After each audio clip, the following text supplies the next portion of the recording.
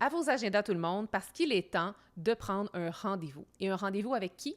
Avec moi, parce que le 4 août prochain aura lieu le grand dévoilement de l'agenda 2027 de la planificatrice et pour la 6e année consécutive, j'ai choisi de faire un grand événement, un grand dévoilement en ligne dans le but de vous présenter, oui, toutes les nouveautés de cette nouvelle édition-là, qui est la 6e édition, mais également parce que je vous réserve de très belles surprises. En vous inscrivant à cet événement, vous allez avoir accès à la rediffusion pendant plusieurs mois, mais je vous invite vraiment à être présente en direct parce que vous allez avoir accès à des rabais exclusifs, à des bonus exclusifs, notamment une couverture toute spéciale pour les gens qui commanderont l'agenda le soir de l'événement, mais également vous allez avoir accès en quantité limitée à un tout nouveau produit imprimé de la planificatrice. C'est un projet sur lequel je travaille depuis 2 ans. Donc, je ne vous en dis pas plus. Inscrivez-vous en vous rendant sur mon site web laplanificatrice.com ou bien en cliquant sur le lien dans le résumé de l'épisode. Je vous assure que ça va être, comme à chaque année, un grand événement qui vaut vraiment la peine d'y participer. Je vais également vous présenter page par page l'agenda, mais je vais aussi vous dévoiler quelles sont mes méthodes et les outils et comment moi, personnellement, j'utilise cet agenda-là depuis les 6 dernières années et j'ai très hâte de vous y retrouver.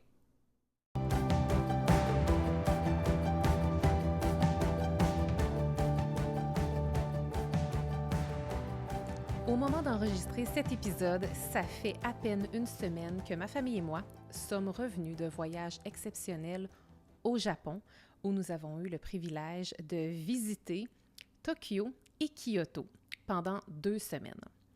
Et aujourd'hui, ce qui est drôle, c'est que l'idée de cet épisode-ci a émergé quand j'étais dans le train entre Tokyo et Kyoto.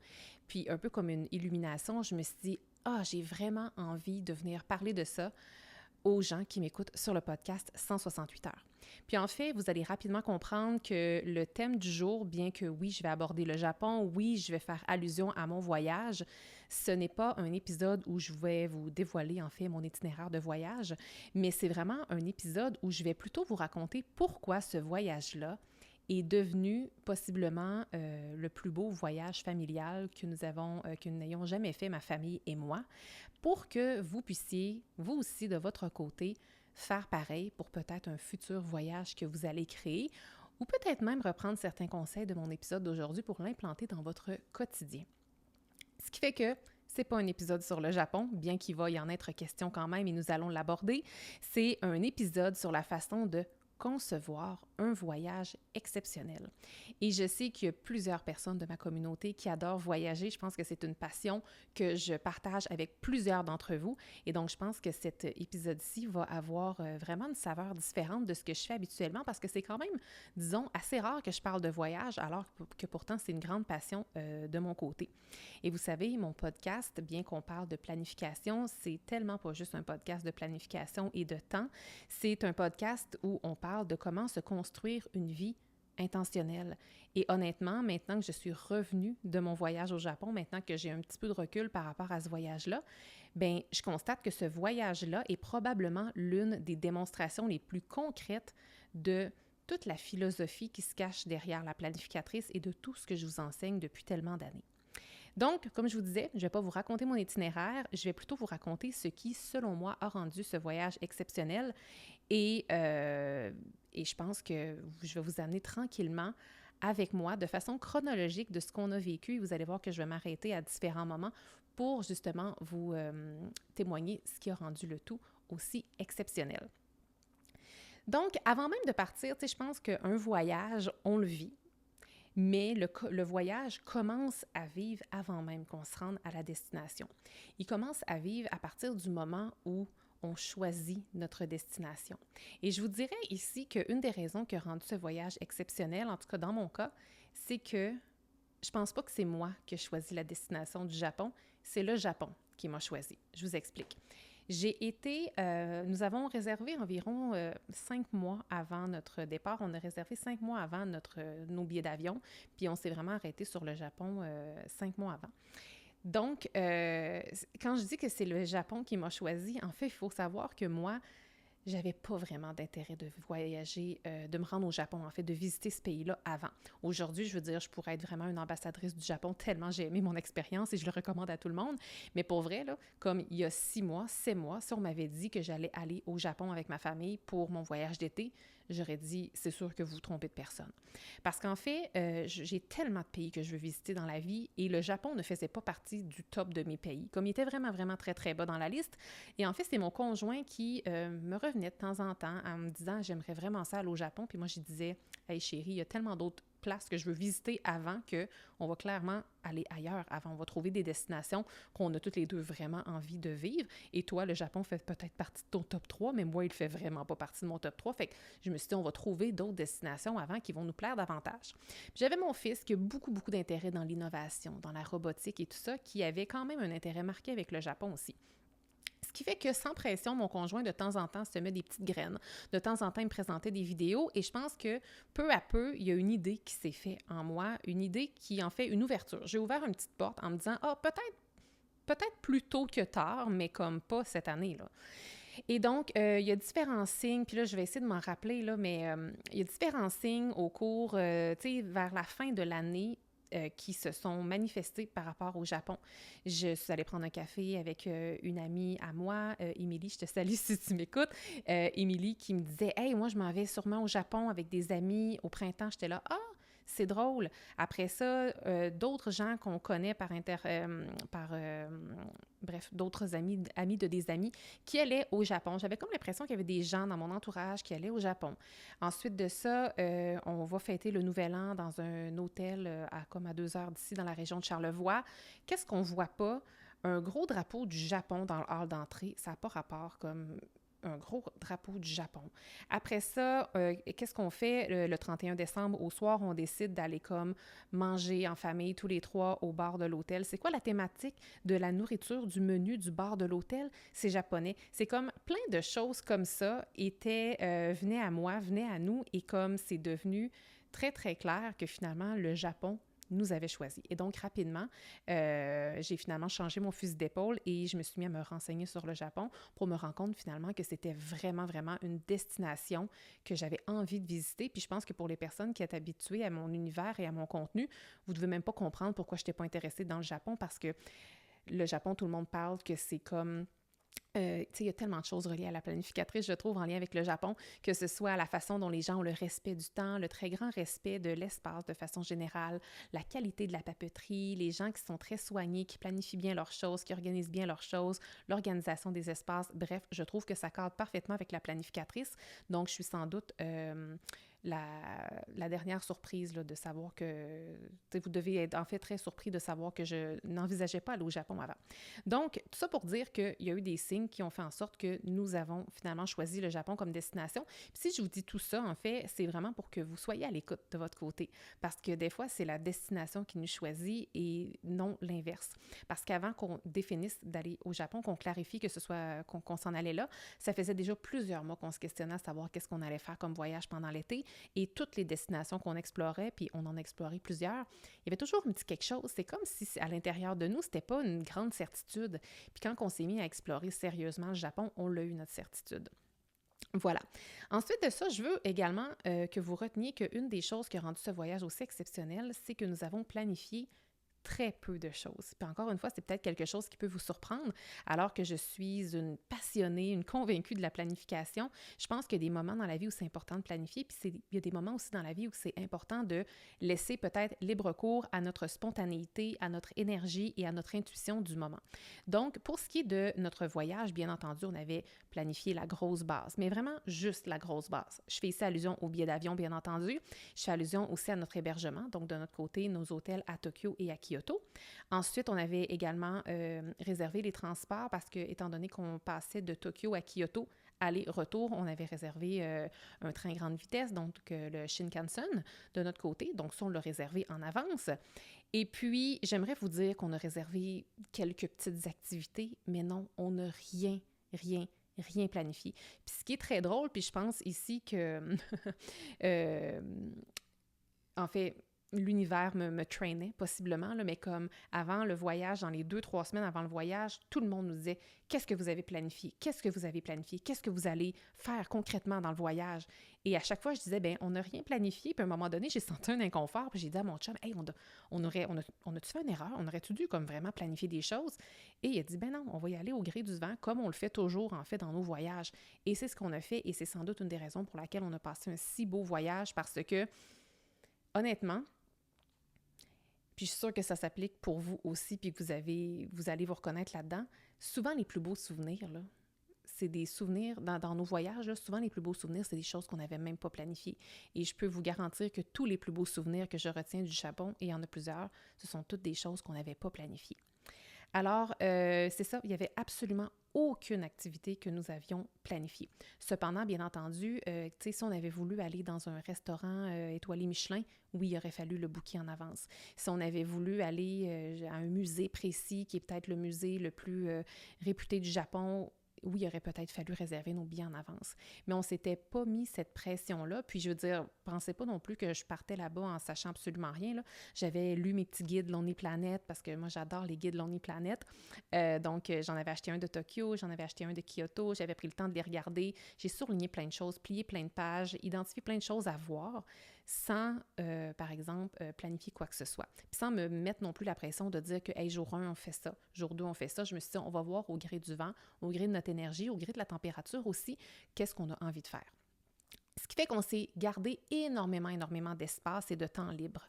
Et donc, on a vraiment, je veux dire, planifié, si on peut appeler ça de la planification, vraiment sur le moment, au jour le jour, avec l'aide de notre Lonely Planet, avec l'aide aussi de l'intelligence artificielle qui nous permettait d'un fois, tu sais, de se dire, parce que qu'est-ce qu'on faisait si on se disait, OK, le matin même, on se disait, OK, comme c'est quoi la température? C'est quoi notre énergie? On a-tu bien dormi? Parce que les premiers jours, on était quand même en décalage horaire un peu. Donc, c'est quoi notre énergie du moment? Il est quelle heure? Parce que les premiers jours, on se levait vraiment très tôt. Puis, on se disait, OK, on va aller identifier une activité qui est dans un secteur. Puis après ça, une fois cette activité-là faite, bien, qu'est-ce qu'on peut faire dans ce secteur-là? Donc, voilà. Puis aussi, une chose qu'on a faite avant, qui n'est pas une action en soi, qui est plutôt une intention, c'est qu'on a, dès le début, accepté le fait qu'on n'allait pas être capable de tout voir ce qu'il y a à faire à Tokyo et qu'on n'allait pas non plus tout voir ce qu'il y a à faire à Kyoto. Tokyo, tout spécialement, c'est la plus grande ville au monde. Quand j'ai commencé à planifier mon voyage, moi, je me cherchais un hôtel au centre-ville, mais là, je me rendais compte que je ne comprenais pas il était où le centre-ville, jusqu'à ce que j'apprenne qu'il y a je ne sais pas combien de centres-villes à Tokyo. C'est pas comme Montréal, là, avec un gros centre-ville. Il y a plein de centres-villes à Tokyo.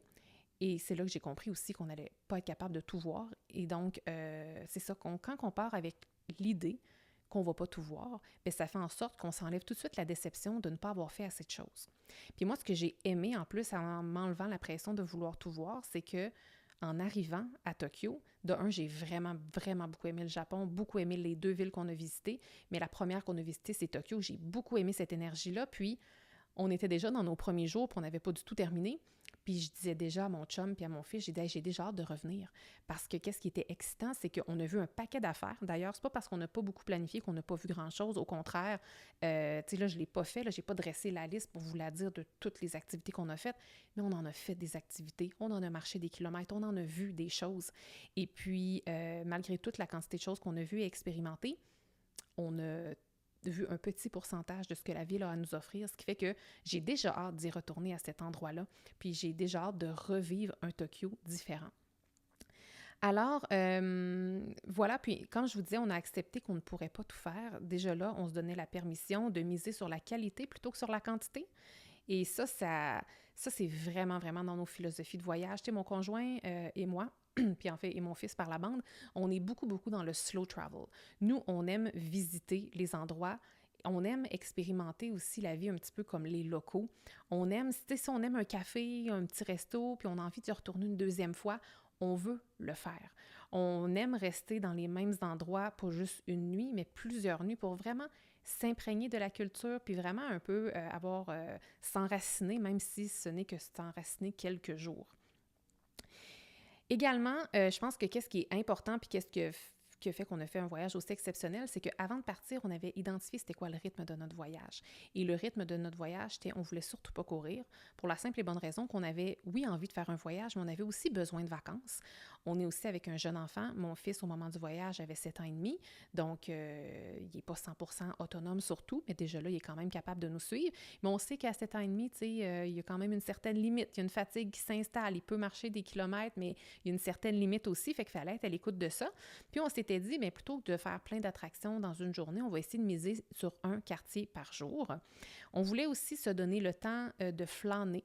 On voulait justement, si on marche, on a envie de s'arrêter dans un café puis de passer 2 heures là, bien, on voulait le faire. Puis ça, on avait aussi quand même briefé notre fils en ce sens pour pas qu'il ait l'impression qu'il s'ennuie quand on s'en va dans un endroit ou dans un autre. Donc, on y avait quand même communiqué clairement c'était quoi le style de voyage qu'on voulait vivre pour qu'il sache à quoi s'attendre. Et on avait aussi envie de ne pas regarder l'heure à tout bout de champ, ce qui fait qu'on voulait vraiment se donner l'occasion de vivre ce voyage-là et surtout comme d'habiter le temps.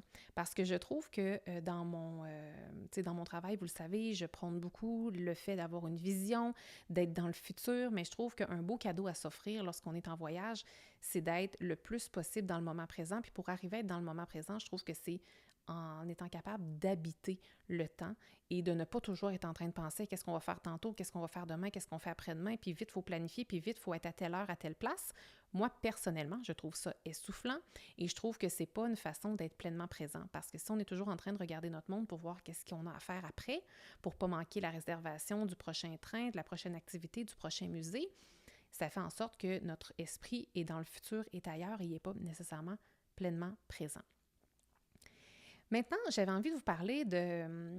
En fait, c'est ça, nous, on est arrivés, tout d'abord, on est allé à Kyoto, on a séjourné 8 nuits à Kyoto pour ensuite se rendre à Kyoto. Je pense que je me suis trompée. On a commencé par Tokyo.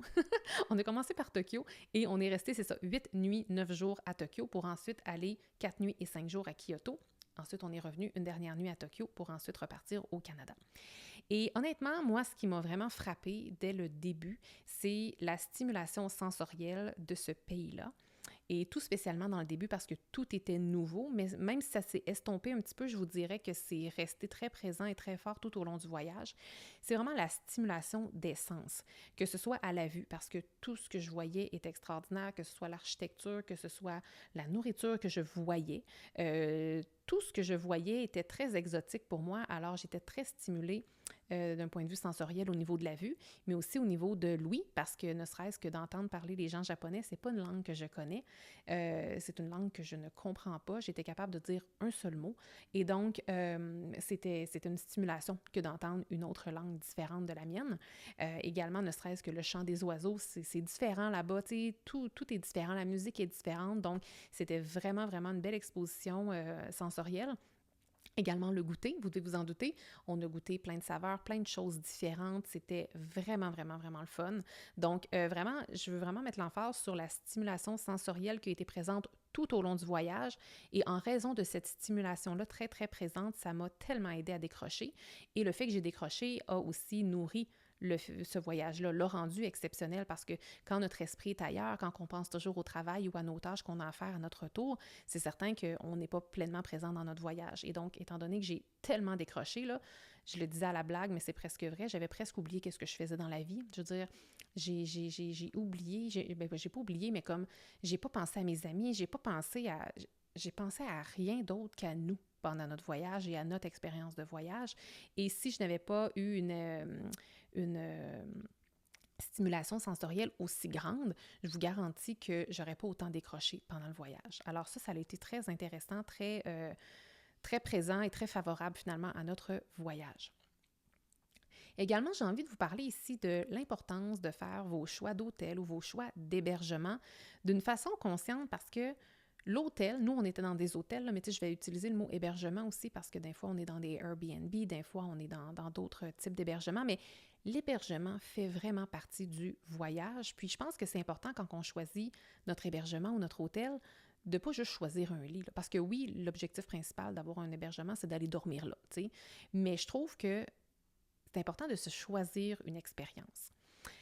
Nous, de notre côté, on avait choisi une chaîne d'hôtels locale, quand même haut de gamme pour ce qui est de Tokyo. Donc, nous, on a déposé nos valises pendant plusieurs nuits à un hôtel qui s'appelle le New Otani Hotel Garden Tower. Puis, je précise que c'est le Garden Tower parce que c'est un grand hôtel qui a 3 grandes tours qui sont toutes du même niveau de qualité, je pense, mais nous, on était dans la Garden Tower. Et cet hôtel-là, on l'avait choisi notamment parce qu'il était bien situé dans un, j'allais dire au centre-ville, mais dans un des milliers, non pas de milliers, il n'y en a pas 1000, là, mais dans un des très, très nombreux centres-villes. Nous étions à distance de marche, vraiment à quelques pas d'une station de métro pour faciliter le déplacement. C'est une station de métro également sur une ligne de métro, parce que je le précise, là, parce que le métro de Tokyo est très grand, sur une ligne principale. Donc, ça faisait en sorte qu'on n'avait pas comme 40 minutes à tous les jours de métro à faire parce qu'on était au bout d'une ligne. On était quand même vraiment très central. Et puis, étant donné qu'on était au centre-ville, tu sais, quand on pense à Tokyo, on pense peut-être un petit peu moins au Japon traditionnel, contrairement, par exemple, à Kyoto. Je vais vous en reparler tantôt, mais pour les gens qui voudraient savoir pourquoi c'est autant moderne, en fait, Tokyo, c'est que lors de la Deuxième Guerre mondiale, 70% des bâtiments de Tokyo ont été abolis pendant la guerre mondiale, ce qui fait que c'est pour ça que c'est autant moderne. C'est parce que c'est des constructions qui ont été principalement faites très, très récemment, puis on retrouve seulement un 30% de ce qui était là avant la Deuxième Guerre mondiale. Donc, quand on pense à Tokyo, moi, en tout cas, l'image que j'avais de Tokyo avant de m'y rendre, et c'est vraiment le cas aussi quand on est là, c'est vraiment beaucoup d'édifices, beaucoup de gratte-ciel, une ville très, très, très moderne. Et donc, étant donné qu'on avait un hôtel au centre-ville, en plus, nous, on était en hauteur, on était au 23e étage, on vivait Tokyo, même quand on était dans notre chambre d'hôtel. Le matin, on se levait, on ouvrait nos rideaux et on avait déjà cette expérience-là de vivre Tokyo alors qu'on n'était même pas sorti de notre chambre. Puis là, je vous parle de Tokyo, mais je fais un parallèle avec un autre voyage exceptionnel qu'on a fait il y a 2 ans. C'était à Londres et on avait choisi, puis oui, c'est un petit peu plus cher, mais en même temps, ça l'agrémente vraiment le voyage. On avait choisi notre premier hôtel parce qu'on avait fait 2 hébergements à Londres. On avait pris un hôtel avec la vue sur le Big Ben, qui est comme l'emblème de Londres. On était à quelques pas, à distance de marche du Big Ben. Puis oui, ça a un prix d'avoir un hôtel central comme ça, mais en même temps, on perd pas notre temps dans du transport pour faire plein d'activités. Puis c'est qu'à tous les jours, pour toute la durée du séjour qu'on était à cet hôtel-là, on voyait Big Ben. Puis c'est le fun parce que c'est un peu comme être à Paris et avoir la vue sur la Tour Eiffel. Tu sais, on vit un des emblèmes de la ville à tous les jours et ça, c'est le fun, je trouve, parce que on va pas juste des fois dans nos hôtels pour dormir. Des fois, surtout quand on a des enfants, tu sais, des fois, on rentre un petit peu plus tôt parce que lui, il doit peut-être se coucher plus tôt, peut-être parce qu'il est fatigué. Donc, on va jouer un petit peu à la chambre. Donc, au moins, quand on a un hôtel qui est bien localisé, bien, ça nous permet de vivre le pays ou la ville dans laquelle on se trouve, même si on n'est pas dehors en train de faire une activité. Également, cet hôtel-là, ce qu'on a beaucoup aimé puis on ne regrette pas, c'est que, tu sais, quelque chose qui est très, très japonais, ce sont les jardins japonais. Donc, les jardins qui sont tous soigneusement bien designés, qui sont vraiment axés sur le bien-être, la zénitude. Donc, il y avait un très, très, très grand jardin japonais auquel on avait accès étant donné qu'on logeait à l'hôtel. C'est un jardin vieux de 400 ans. C'est un des plus vieux jardins privés d'hôtels présent au Japon et donc c'est aussi un bel incitatif qui nous a permis de choisir cet hôtel-là. Puis moi, ça faisait un bel équilibre parce que j'avoue que j'avais un petit peu peur au début. Je me disais, hey, on s'en va dans la plus grande ville au monde. Est-ce que ça va être énergivore? Est-ce que je vais trouver ça lourd d'être dans une grande ville pendant comme une semaine? Et finalement, ce qui est intéressant, c'est qu'on avait accès à beaucoup de plein air directement de notre hôtel à cause du très grand jardin. Mais si jamais vous ne le saviez pas, moi j'ai été heureuse de l'apprendre, mais à Tokyo, bien que ce soit la plus grande ville au monde, c'est très silencieux comme ville. Les gens ont un très grand respect. J'ai entendu 0 klaxon de tout mon séjour à Tokyo. J'ai entendu une sirène pendant tout notre séjour à Tokyo. Et donc, pour une grande ville, je trouve que c'est assez exceptionnel. Alors oui, c'est une grande ville, mais qui est quand même très silencieuse, puis c'est pas aussi lourd qu'une autre grande ville, je dirais. Alors, voilà. Et puis, qu'est-ce que je voulais dire d'autre par rapport à notre hôtel? Je pense que c'est pas mal ça. Donc, tu sais, vraiment de faire un choix d'hôtel, c'est pas banal faire un choix d'hôtel ou un choix d'hébergement. Assurez-vous, des fois, ça vaut la peine d'investir un petit peu plus, puis je vous garantis que vous allez le rentabiliser. Ça, si vous êtes plus centralisé, vous allez peut-être le gagner en temps ou peut-être en expérience. Alors ça, c'est ce que j'avais à dire par rapport à notre hôtel à Tokyo. Puis également, tu sais, moi, je vois beaucoup les hôtels et les hébergements comme étant une immersion. Tu sais, puis en fait, je vous invite non seulement avec l'hôtel de vivre une immersion, mais de vous donner la chance de vivre une immersion dans le pays dans lequel vous allez en expérimentant des choses locales. Je sais qu'il y en a qui voyagent parfois puis qui vont avoir des fois envie de toujours manger la même chose qu'ils mangent à la maison. Bien, moi, je vous invite à aller goûter les saveurs du pays. Je trouve qu'il n'y a rien de plus agréable que de goûter justement qu'est-ce que les gens là-bas mangent. Ce qui fait qu'on a, nous, mangé japonais pratiquement tout le long du voyage. C'est une cuisine, comme vous devez vous en douter, qui est exceptionnelle. Donc, même notre garçon, lui, il n'a jamais eu de problème de manger quoi que ce soit. Donc, on a super bien mangé, on a découvert les saveurs, on s'est beaucoup promené aussi dans le quartier de notre hébergement pour voir ce qu'il y avait. T'sais, on essayait vraiment de vivre le plus possible comme les gens qui vivent là-bas pour pleinement s'imprégner de la culture. Maintenant, je vous disais qu'on n'avait pas planifié grand-chose et c'est vraiment ce qu'on a fait, en fait. Puis, je vous disais que souvent, avant le voyage, les gens nous demandaient qu'est-ce que vous avez planifié. Il y avait une chose que je disais aux gens, je disais, on n'a rien planifié, mais il y a une chose que je veux faire et la chose que je voulais faire, c'était d'aller dans un musée de l'innovation parce que mon fils a beaucoup d'intérêt dans les robots, dans la robotique, c'est-à-dire, et paraît-il qu'il y avait un musée sur l'innovation avec des robots. Finalement, sur place, ça ne nous tentait pas d'aller là. Ça ne nous tentait pas d'aller là, donc on s'est donné la flexibilité de ne pas y aller. Ce qui fait que il y a des choses qu'on n'a pas faites, puis c'est important d'écouter ça, d'écouter votre énergie, d'écouter votre ressenti du moment. Parce que la personne qui planifie le voyage, des fois 1, 2 ou 3 mois plus tôt, là, c'est pas la même personne qui expérimente le voyage. Et moi, si j'avais planifié plein d'activités 3 mois avant mon départ, je vous garantis que la Émilie qui a vécu le voyage, j'étais une autre personne que 3 mois précédemment. Donc, c'est important pour bien vivre un voyage. Si vous pouvez des fois planifier un petit peu plus de choses que nous, ce qu'on a planifié, mais laissez de la place pour la personne que vous allez être pendant le voyage. Parce que la personne qui planifie le voyage n'est pas la même que celle qui vit et qui expérimente le voyage. Et puis, voilà, puis quand on se crée un itinéraire, c'est super, mais laissez respirer votre itinéraire. Je pense que c'est vraiment la clé pour vivre un voyage exceptionnel parce qu'il ne faut pas que vous vous sentiez prisonnier ou prisonnière de votre itinéraire. Maintenant, je sais qu'il y en a qui voyagent avec une fameuse checklist de toutes les attractions et les choses à faire. Moi, je pense que qu'est-ce qui a rendu notre voyage exceptionnel, c'est que nous n'avons pas collectionné les attractions. On a vu énormément d'attractions, mais on ne les a pas collectionnées et on n'est pas parti avec une checklist non plus. Tu sais, je veux dire, je vous l'avais dit, là, j'avais mon Lonely Planet que j'ai lu, j'ai mis plein de cœurs, j'ai plié plein de petites pages, mais il y a plein de choses que je n'ai pas faites, puis c'est correct. On y retournera si la vie veut qu'on y retourne à un moment donné. Nous, ce qu'on a fait, c'est ça, on n'a pas collectionné les attractions, mais on a plutôt collectionné les expériences. On en a vécu des beaux moments. Puis comme je vous disais un peu plus tôt, les plus beaux souvenirs de notre voyage, nos plus beaux moments, c'est pas qu'est-ce qui avait été planifié. Là, vous allez me dire, oui, mais tu n'avais rien de planifié. Mais en effet, je trouve que c'est la preuve que les plus beaux moments, c'est souvent pas ce qu'on planifie. Et puis, nous, ce qu'on a vraiment cherché à vivre, c'est pas juste de visiter la destination, c'est-à-dire, mais c'était vraiment de la vivre. Moi, je voulais vivre Tokyo, je voulais vivre Kyoto, je voulais vivre le Japon. Puis comment on fait pour vivre une destination? C'est en allant se promener, c'est en laissant nos sens nous guider, c'est en laissant notre intuition nous guider. C'est en goûtant, c'est en écoutant, c'est en posant des questions, c'est pas en se promenant avec une checklist. Je trouve qu'on est capable d'expérimenter une destination. Sinon, maintenant, je vous parle un peu de Kyoto, comment on a expérimenté Kyoto. Je vous ai parlé de l'importance, en fait, de choisir un bon hébergement, puis je vais y revenir.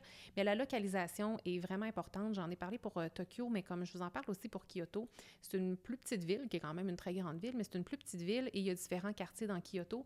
Et le quartier très touristique, il y a un quartier très touristique, c'est-à-dire qui s'appelle Gion. Quartier, notamment où, paraît-il, que nous pouvons apercevoir des geishas. Il y a à distance de marche plusieurs temples, il y a énormément de boutiques, donc c'est quand même assez touristique. Et on a décidé de s'établir directement dans un hôtel dans ce quartier-là pour être capable de tout faire à pied.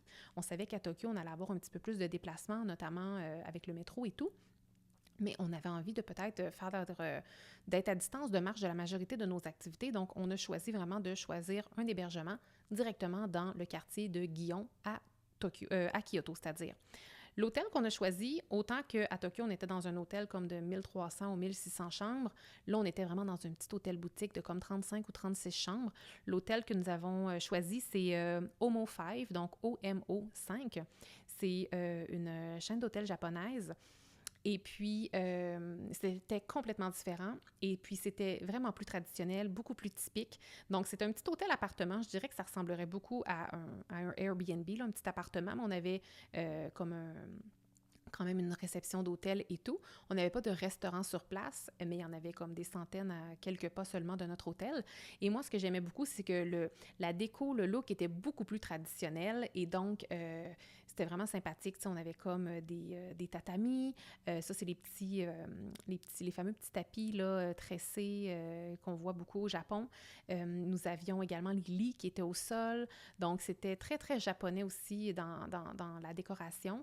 On avait des lanternes directement dans notre chambre. Donc, c'était très joli, très, très, très japonais. Donc, ça nous mettait vraiment dans une immersion encore plus traditionnelle dans cet hébergement-là.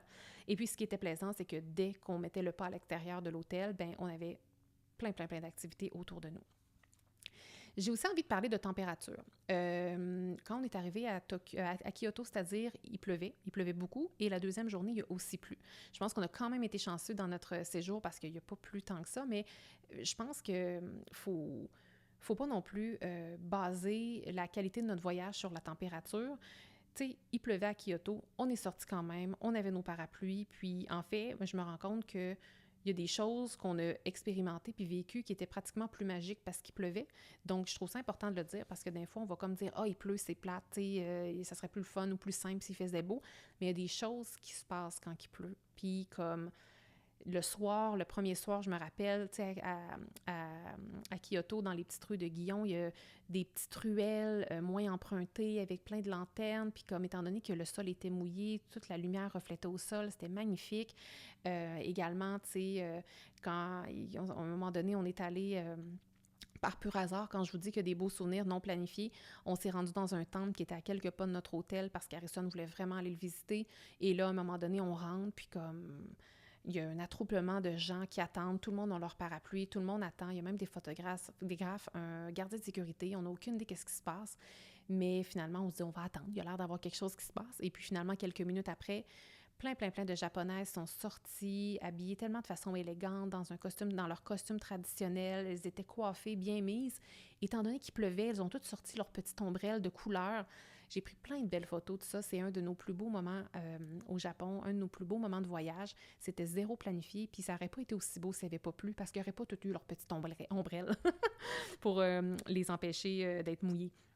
Donc, voilà. Donc, le conseil ici, puis une des choses qui a vraiment permis de rendre notre voyage aussi exceptionnel, c'est laissez pas la météo décider de votre voyage. Puis, je pense que c'est important d'accepter les conditions plutôt que de les résister.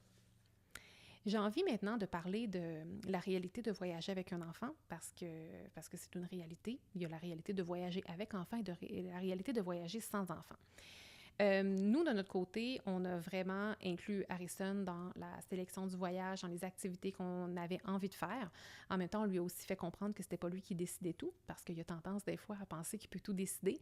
Mais on l'a quand même vraiment impliqué, puis il y avait vraiment sa place autour de la table pour donner son opinion sur ce qu'on faisait, sur ce qu'on allait manger comme repas et tout. Et puis, voilà. Ça, je trouve ça vraiment intéressant. Sinon, j'avais aussi envie de vous parler, ça s'est moins appliqué à notre voyage actuel qu'on vient de faire, mais ça s'est déjà appliqué à un voyage qu'on a fait par le passé.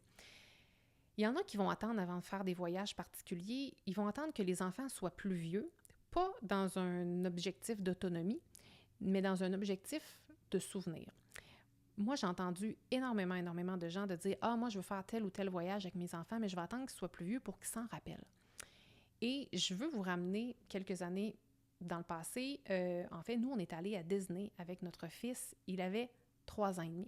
Puis il y en a plusieurs qui disaient « Ah, vous devriez attendre pour qu'il s'en rappelle. » En fait, moi, je vous encourage à quand même faire des voyages, même si vos enfants sont jeunes, pour différentes raisons. Premièrement, ça se peut que votre enfant, même s'il est jeune, qu'il s'en rappelle. Je trouve qu'aujourd'hui, on prend tellement de photos avec nos téléphones que c'est sûr que les photos, ça cultive le souvenir beaucoup plus que, tu sais, avant, quand on avait 24 photos de notre voyage, là, quand on était plus jeune. Aujourd'hui, comme les enfants ont des milliers de photos de leur voyage. Donc, ça se peut que votre enfant s'en souvienne. Si vous cultivez avec les photos, les albums, ou si vous en parlez souvent, ça va cultiver le souvenir. Ça se peut aussi que votre enfant oublie, comme qu'il ne s'en rappelle plus dans sa tête vraiment d'avoir vécu ce voyage-là. Mais c'est pas parce qu'il ne s'en rappelle plus dans sa mémoire que son corps a oublié. Tu sais, imaginez là, un enfant là, de 2 ans, là, mettons, on va dire de 2 ans, là, il s'en va à Disney. Là. C'est sûr qu'il vit des émotions extraordinaires. Puis il y a 2 choses. Nous, en tant que parents, on va voir un enfant de 2 ans s'émerveiller parce qu'un enfant, puis là, je vais vraiment parler de Disney parce que c'est un classique, mais ça pourrait être n'importe quel pays, là, n'importe quelle destination. Mais tu sais, un enfant de 10 ans ou de 15 ans qui s'émerveille à Disney, c'est pas pareil qu'un enfant de 2 ans qui s'émerveille à Disney. Je parle d'un point de vue parent, là. De voir son enfant de 2 ans là, s'émerveiller quand il voit Mickey Mouse, par exemple, sortir, là, ben peut-être qu'il ne s'en rappellera pas, ce petit garçon-là, là, dans 10-20 ans qui était à Disney puis qui a vu Mickey Mouse en vrai alors qu'il avait 2 ans. Mais nous, en tant que parents, on va s'en rappeler. Puis on va s'en rappeler de la face qu'avait notre enfant quand il a vu Mickey Mouse, même s'il ne s'en rappelle plus, lui, nous, on s'en rappelle. Puis je pense que même si un enfant vous fait un voyage très jeune et qu'il ne s'en souvient plus de l'avoir fait, ça a quand même eu un impact sur lui. Ça lui a peut-être donné, mettons, on reprend encore l'exemple de Disney, peut-être qu'un enfant qui visite Disney à 2 ans, ça lui a peut-être donné envie de rêver. Peut-être qu'il a vu, je sais pas moi, plein d'animaux à Animal Kingdom. Puis c'est peut-être ça qui a donné envie à l'enfant, éventuellement, de devenir vétérinaire. Tu sais, ça sème des graines. Il y a un certain travail qui se fait dans l'inconscient, dans le subconscient, en fait. Et puis là, je parle de Disney, mais ça peut être autre chose. Peut-être que votre enfant a vu la plage pour la première fois à 2 ans, puis à cause de ça, à cause de ce voyage-là, qu'il a peut-être oublié, c'est peut-être ça qui a donné le goût de l'eau et cet amour-là pour l'eau. Donc, je veux ici vraiment vous encourager, si vous êtes parent, à ne pas hésiter à faire des voyages, même si vous avez peur que votre enfant s'en rappellera pas plus tard.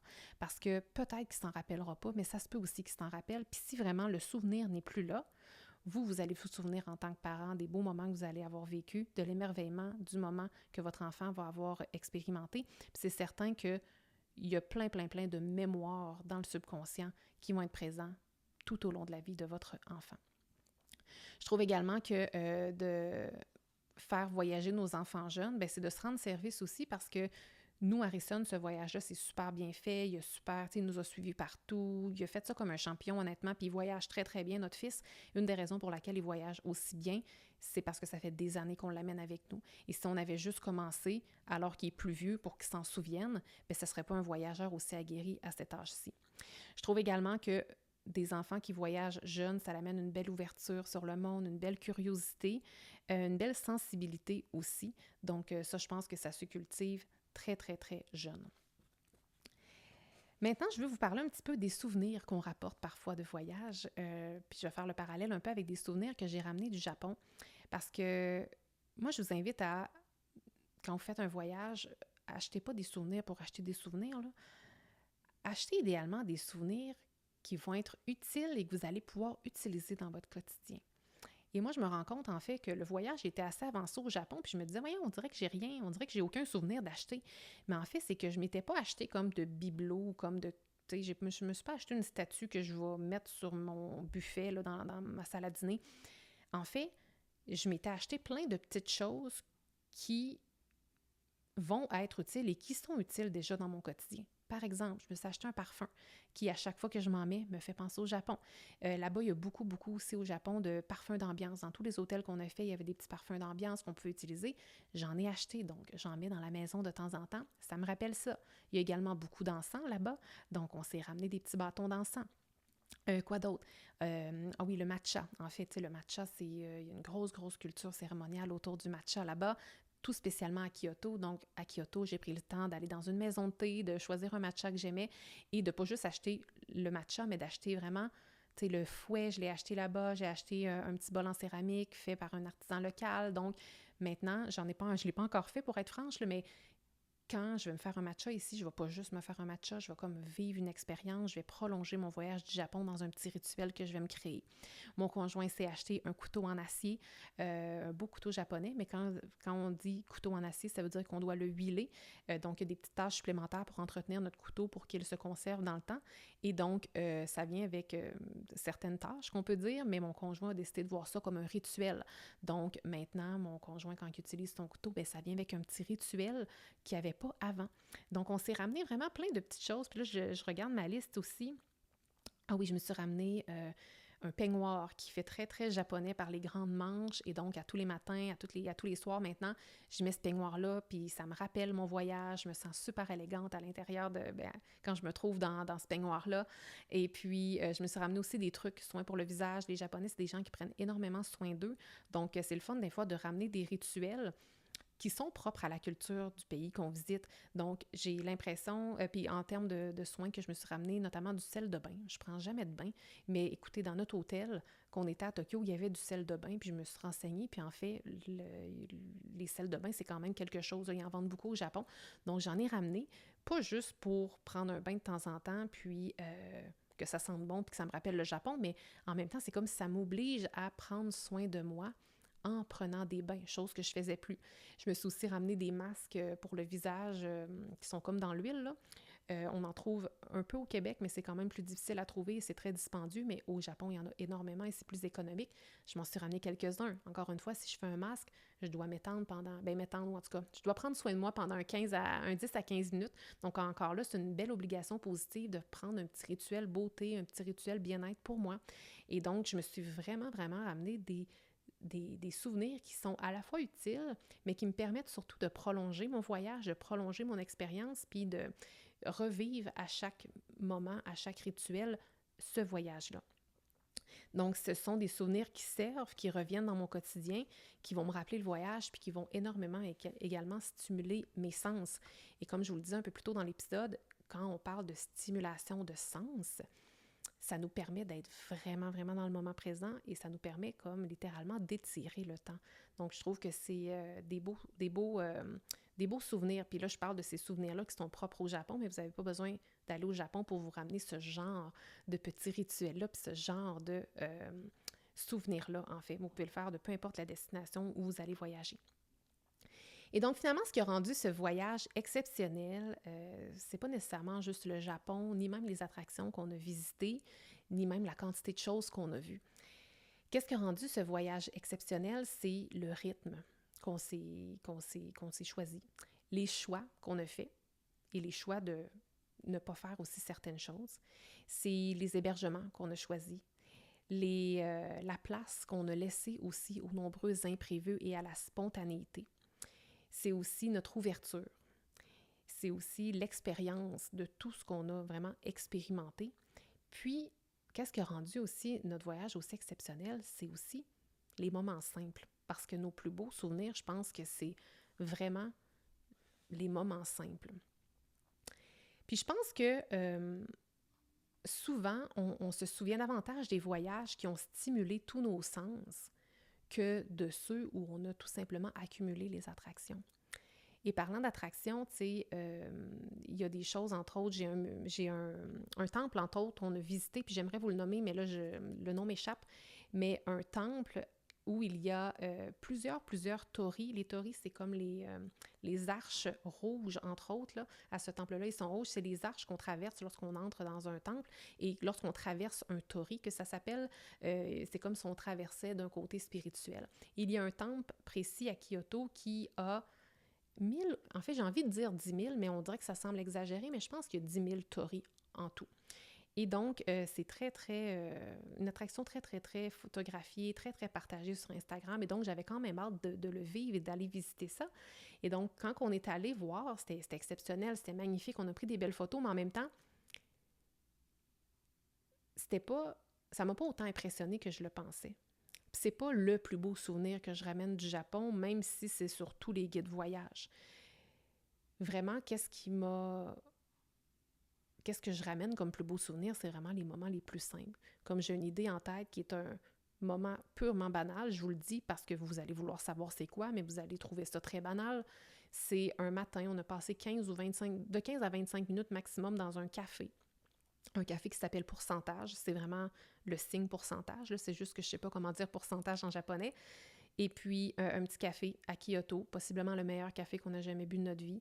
J'avais chaud, on a pris une pause, on s'est arrêté dans ce café-là, pris un petit café glacé. C'était tout petit, on était entouré de Japonais, c'était dans un café très architectural, très minimaliste, très beau, très soigné. On a passé 15, 20, 25 minutes là, c'est un de mes plus beaux souvenirs. Puis je peux pas trop vous expliquer pourquoi, c'est juste qu'on était pleinement présents on était juste présent. Ouais. Fait que, tu sais, quand je vous dis des fois que les plus beaux souvenirs, c'est dans la simplicité, je trouve que c'est ça. Et je trouve qu'on est capable d'aller chercher tout ça aussi quand nos sens sont stimulés. Donc, au fond, moi, je pense que ce voyage-là n'a pas été exceptionnel parce qu'il était parfaitement planifié. Ça, je pense que vous l'avez bien compris. Il a été exceptionnel parce qu'on a planifié ce qui comptait, puis qu'on a laissé de la place pour tout le reste. Donc, on a vraiment planifié uniquement la base. Puis le reste, on a laissé libre cours à notre intuition, à notre énergie, parce qu'on avait vraiment envie de faire sur le moment. Puis moi, plus que j'y pense, plus je réalise que c'est la meilleure façon de voyager, c'est de cette façon-là. Puis non seulement ce que je vous ai dit, c'est la meilleure façon de voyager, mais je pense ultimement que c'est aussi la meilleure façon de vivre votre vie, que ce soit votre quotidien ou vos semaines.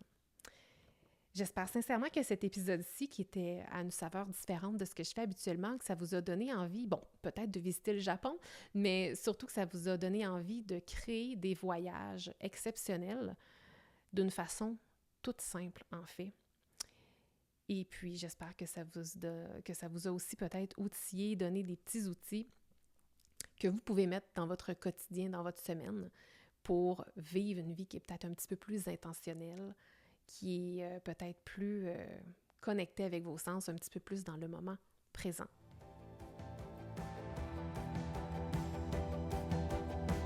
Merci d'avoir été là. Si cet épisode vous a plu, est-ce que je peux vous demander un petit service? Allez évaluer le podcast 168 heures en lui donnant un 5 étoiles et abonnez-vous pour ne rien manquer.